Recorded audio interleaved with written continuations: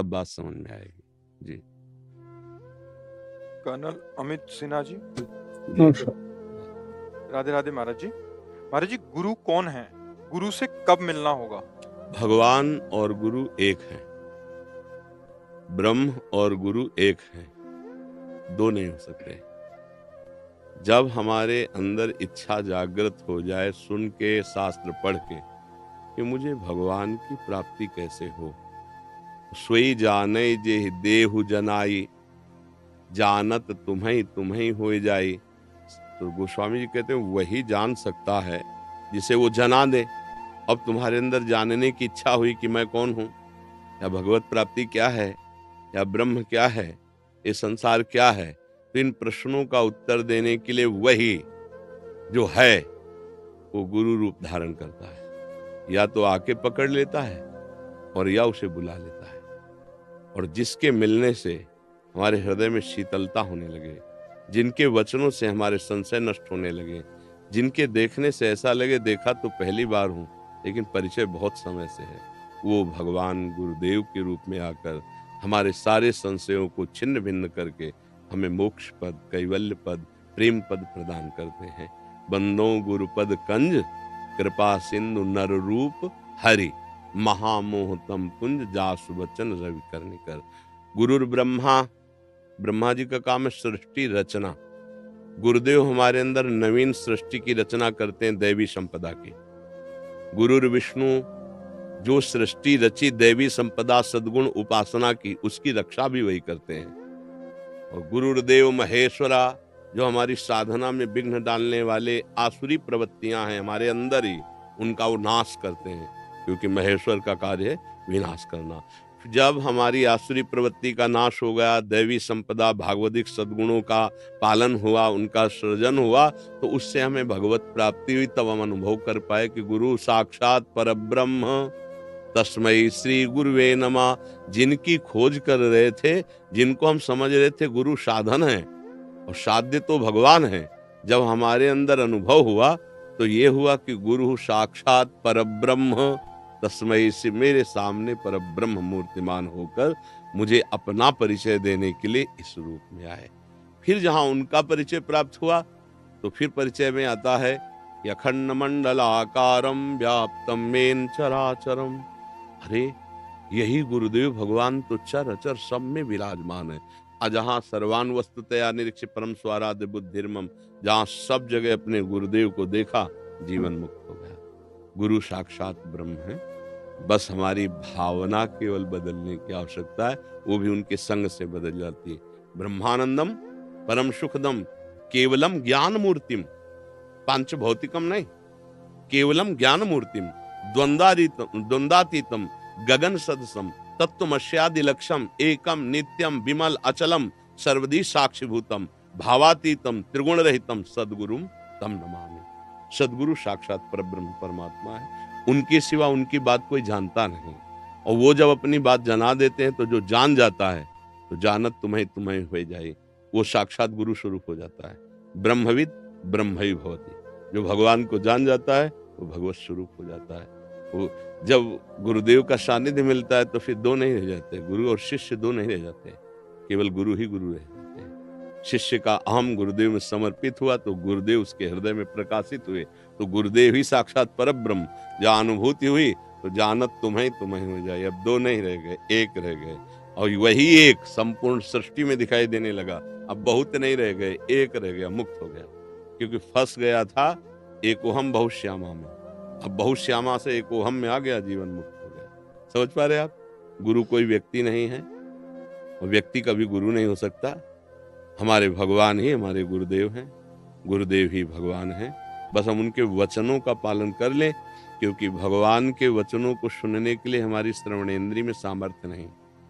तो भगवान ने अपने चिदानंद रूप को छुपा करके पांच भौतिक रूप के अंदर आ करके हमको समझा करके अपने स्वरूप का बोध करा देते हैं। हर शिष्य अपने गुरुदेव पर भगवत भावना करे, भगवत भावना करके गुरुदेव के वाक्यों का केवल मनन करे, सब काम बन जाएगा। अगर गुरुदेव जो वाक्य सभा में बोल रहे हैं अगर वो स्वीकार कर लो, सभा में इसलिए कह रहे हैं कि कोई भी महापुरुष सभा में जब बोलेगा तो शास्त्र प्रमाणित बोलेगा, अगर नहीं बोलता तो फिर वो मूढ़ता छाई हुई है। एकांत में उनकी स्थिति को जान पाना बड़ा कठिन है। जो एकांतिक महापुरुष होते हैं उनकी स्थितियां बाह्य लोकातीत होती हैं, लोकातीत होती हैं, कोई कोई वेदातीत भी होते हैं। उन अवधूत महापुरुषों को हमें समझ पाना बड़ा कठिन है। इसलिए उनके वो वाक्य जो समाज में निकल रहे हैं, क्योंकि सर्व मंगल के लिए है, उसको हमें स्वीकार करना चाहिए। गुरु का प्रगट में सानिध्य मिले ना मिले, उनके वचनों के सानिध्य में रहना चाहिए। यदि प्रगट सानिध्य में और उनकी आज्ञा का पालन नहीं कर रहे तो लाभ नहीं मिल पाएगा। अगर उनके वचनों पे हम चल रहे हैं, 1000 कोस दूर हैं, तो भी लाभ मिल जाएगा, क्योंकि गुरु वही है, तुम्हारे हृदय में है, तुम्हारे आसपास है, कण कण में। जब अखंड मंडल में व्याप्त हैं तो तुम्हारे अंदर भी तो व्याप्त हैं, बाहर भी तो व्याप्त हैं, वो सर्वत्र हैं। तो बस उनकी आज्ञा का पालन करें। जैसे कुछ लोग ऐसा वर्णन करते हैं कि हमारे साथ धोखा हुआ, कि हमने माना गुरु और ऐसा ऐसा, जैसे समाज में से हम कहते इतना नजदीक क्यों गए। पक्का बिल्कुल सुलझा हुआ उपदेश समझिए। आप ग्रहण करने आए हैं और हम जो गुरुजनों से मिला वो देने के लिए तैयार हैं। भाई इतना ही हमारा आपका संबंध है, इसके आगे नहीं। उपदेश सुनिए, प्रणाम कीजिए और दूरी बना लीजिए, कभी धोखा नहीं खाएंगे। उस उपदेश का मनन कीजिए तो आप वहीं पहुंच जाएंगे। व्यवहार में धोखा हो सकता है, क्योंकि जिसकी स्थिति नहीं है, तो जैसे चतुर खिलाड़ी तैराक हो, कोई बूढ़ रहा हो, डूब रहा हो, तो वो बचा सकता है। लेकिन तुम्हें बचाना आया नहीं और तुम बचाने का ठेका ले लिए हो और सीधे कूद पड़े, तो पहले तुम मरोगे, बाद में वो मरेगा जो डूब रहा है। क्योंकि डूबने वाला पहले तुम्हें डुबो के सांस लेना चाहेगा। चतुर हो और बहुतों को बचा चुके हो, ऐसा अभ्यास दृढ़ हो, तब। अब ये माया में डूबे हुए जन हैं, अब इसमें कूदना है बचाने के लिए। तो जैसे चतुर बचाने वाला होता है, तो वो कुछ वस्त्र पकड़ा देता है, कोई डंडा पकड़ा देगा, कोई ऐसे, और तैरते हुए घसीट के उसको लाएगा। सीधे हाथ पकड़ाओगे तो वो पावर से आके आपके ऊपर लद जाएगा, अगर आपके सामर्थ्य नहीं तो आप मर जाओगे। वो छोड़ेगा नहीं, वो तो सांस लेने के लिए व्याकुल है ना। वो ऐसे अगर आपने नाम पकड़ा दिया, मंत्र पकड़ा दिया, उपासना पकड़ा दिया, दूरी, पता चला तुम आसक्त हो गए, तुम तो भ्रष्ट हो जाओगे। इसका नाम माया है। माया जो ज्ञानिन कर चित अपरई, बरियाई विमोह बस करे। इसीलिए एक रेखा रखी जाती है बीच में, बस इस पार से सुनो और दूर से तन्मयता करो। हमारा निवृत्ति मार्ग है, आपका प्रवृत्ति मार्ग है। आप प्रवृत्ति मार्ग से उपदेश ग्रहण करें और जाएं, निवृत्ति मार्ग से उपदेश दिया और अपनी साधना में। अगर कहीं ऐसी क्रम वृत्ति से छूट कर दी गई तो बड़े बड़े ऋषि मुनियों को भी इस माया ने मोह लिया है। हम आप तो बहुत छोटी बात है, तभी धोखा हो जाता है। आपसे भी गलती हो जाती है और इधर से भी गलती हो जाती है। हम अपनी निवृत्ति को भूल जाते हैं और आप अपनी प्रवृत्ति को भूल जाते हैं। प्रवृत्ति हमें केवल भगवत मार्ग में चलने के लिए यहां भेजा है, बस। साधु और गृहस्थ का संबंध कितना, बस उपदेश सुने, भूखा है तो भोजन दे दिया, वस्त्र है तो वस्त्र दे दिया, दूरी बना के रहे। इस सिद्धांत से चलो, शरीर से दूर रहो, हृदय से नजदीक रहो, उनकी आज्ञा का पालन करो। आप अपने परिवार में पोषण करना है, व्यापार करना है, नौकरी करना है, करो। परिवार का पोषण ही गुरु की प्रसन्नता है। ये भी बात समझो। गुरु को भेंट देने की उतनी आवश्यकता नहीं है जितनी आवश्यकता गुरु को मन देने की है। मन गुरु को दे दो और नाना प्रकार की सामग्रियों से अपने परिवार का पोषण करते हुए आनंद पूर्वक रहो। और जो सच्चा गुरु देखता है आप सुखी हो, आप शांत हो, आप प्रसन्न हो, धन्य है। जैसे माँ अपने बच्चे को सुखी देखकर प्रसन्न होती है, ऐसे सद्गुरु अपने शिष्य, अपने शरणागतों को आध्यात्मिक और लौकिक दोनों उन्नति से युक्त देखकर सुखी होते हैं।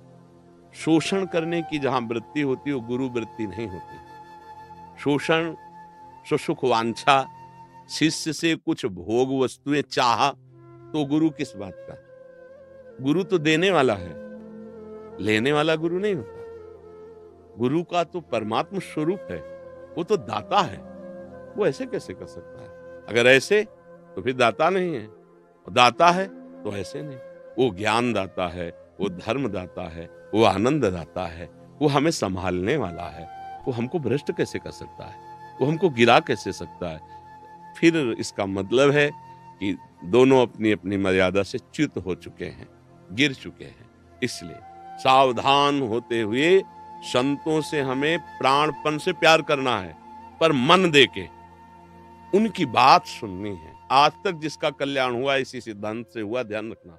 मन देकर हम उनकी बात सुने, मन देकर हम उनकी आज्ञा से चलें, और जिस अपने कर्तव्य में है वहां चलें। हाँ, जरूरत है भाई कि भूखे हैं तो 4 रोटी है, 2 रोटी हम संत को दे देते हैं। ठंडी है, कपड़ा दे देते हैं।